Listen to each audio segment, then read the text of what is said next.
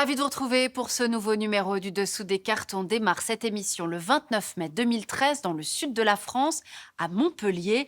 Un mariage historique, le premier entre deux personnes du même sexe en France. Désormais, le mariage pour tous est entré dans les mœurs de la société française, normalisé. Mais il y a seulement 10 ans, l'examen de la loi Taubira qui l'instaurait avait donné lieu à un coup de sang de la société française, avec des manifestations plus importantes en France que dans d'autres pays européens sur le même sujet. 10 ans déjà est l'occasion pour nous de vous proposer un tour du monde des avancées, mais aussi des discriminations persistantes pour les LGBT+. Sortons nos cartes. Aujourd'hui dans le monde, presque tout le continent américain, l'Europe occidentale, l'Afrique du Sud, l'Australie, la Nouvelle-Zélande et Taïwan reconnaissent les unions homosexuelles, ce qui marque une avancée symbolique majeure de leurs droits. Parmi les États progressistes, le Danemark fait figure de pionnier, puisque c'est dès 1930 que le pays a dépénalisé l'homosexualité, puis en 1989 a été le premier État du monde à reconnaître légalement l'union entre deux personnes du même sexe. Toutefois, ce sont les Pays-Bas qui ont été les premiers en avril 2001 à légaliser le mariage homosexuel, qui accorde plus de droits qu'une simple union civile. Depuis, 16 pays européens les ont suivis. La France l'a fait donc en 2013 en instaurant le mariage pour tous, alors que l'homosexualité n'a été entièrement dépénalisée qu'en 1982 par le président Mitterrand, mettant fin à une loi de Vichy. En Allemagne, la dépénalisation de l'homosexualité ne remonte qu'à 1994. Le paragraphe 175 est supprimé du code pénal, mais il reste dans les mémoires, puisqu'il a conduit les homosexuels allemands libérés des camps, les triangles roses, directement en prison. Depuis 2017, le mariage entre personnes de même sexe est légal. Aujourd'hui, dans la plupart de ces États, la reconnaissance des unions homosexuelles s'accompagne du droit à l'adoption, comme on le voit sur cette carte, voire même à la procréation médicalement assistée. Ces avancées récentes, notamment dans des pays très religieux, comme l'Argentine, l'Afrique du Sud ou l'Irlande, ne doivent pas occulter certains États européens, tels l'Italie, qui refuse encore toute évolution de son droit, ou encore la Russie, qui a formellement interdit dans sa constitution le mariage entre personnes de même sexe. D'ailleurs, toujours en Russie, la loi de 2012 anti-propagande gay pénalise, je cite, la propagande à l'encontre de mineurs concernant les relations sexuelles non traditionnelles et réduit de fait la liberté d'expression et d'association sans pour autant interdire officiellement l'homosexualité. Les pratiques judiciaires, policières et politiques sont très répressives et s'inscrivent dans une représentation d'un Occident menaçant et décadent. C'est ce qu'a rappelé le patriarche Kirill à Moscou le 6 mars 2022 pour justifier l'invasion de l'Ukraine. À ses yeux, il s'agirait d'un affrontement civilisationnel dont l'homosexualité est l'un des enjeux.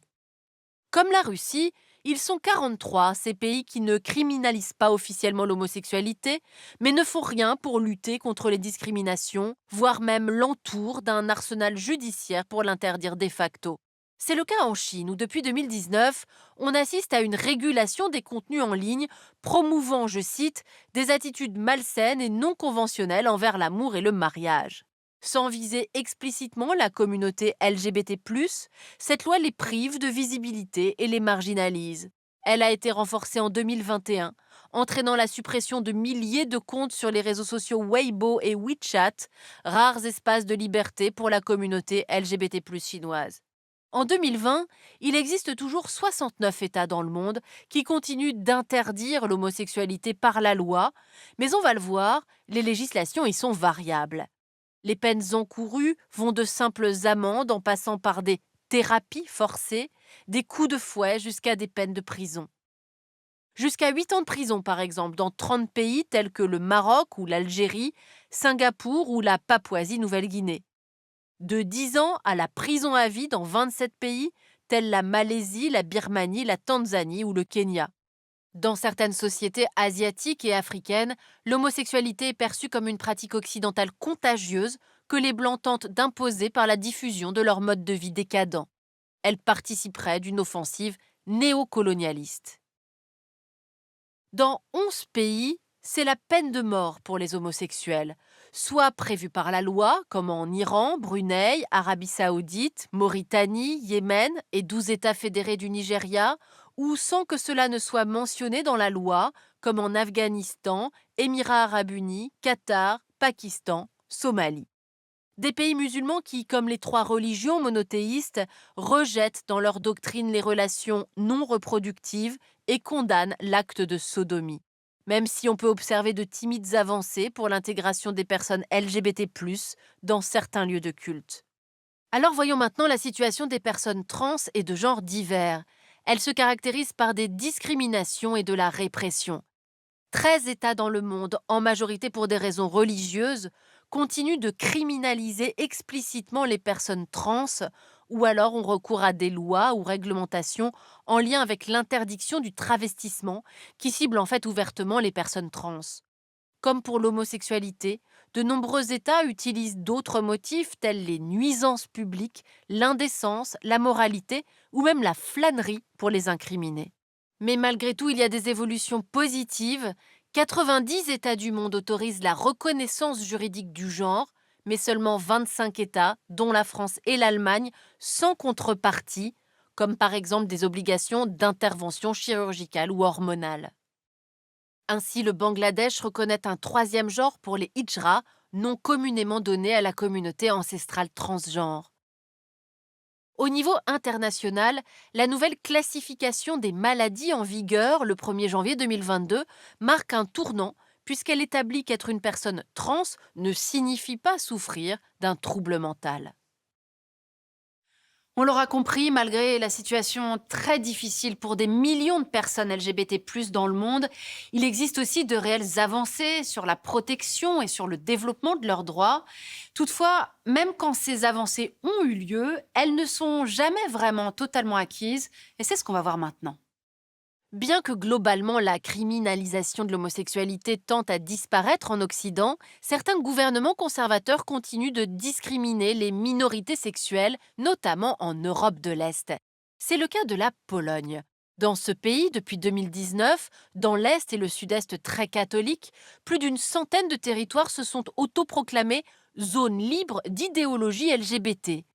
Dans les faits, toute personne qui exhiberait, je cite, son homosexualité peut se voir refuser d'entrer dans des magasins et les collectivités peuvent aussi couper les subventions à toute initiative pro-LGBT+, comme la Marche des Fiertés. La Constitution interdisant toute forme de discrimination, les autorités polonaises jouent sur l'ambiguïté et ne parlent pas d'homosexuels mais d'idéologie LGBT.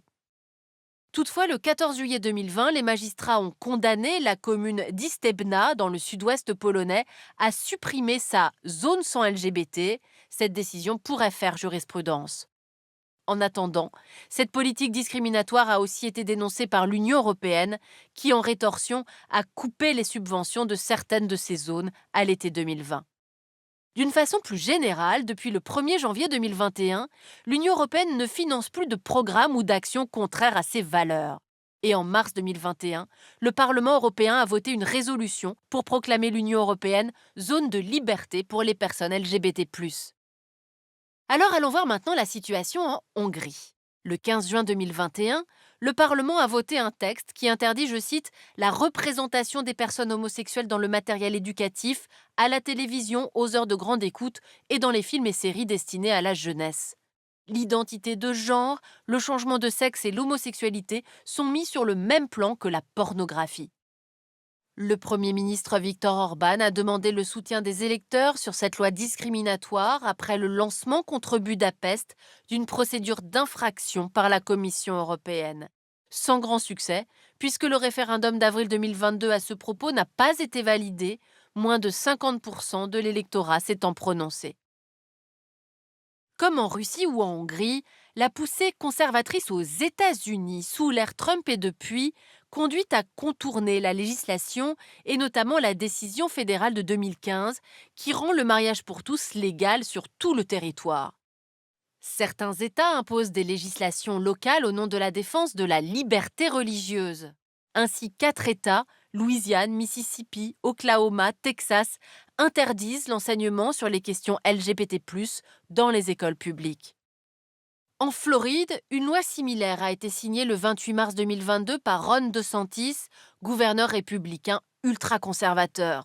Cette loi très controversée, surnommée Don't Say Gay, en vigueur le 1er juillet 2022, interdit aux instituteurs de maternelle et du primaire d'évoquer les questions d'identité de genre et d'homosexualité avec leurs élèves.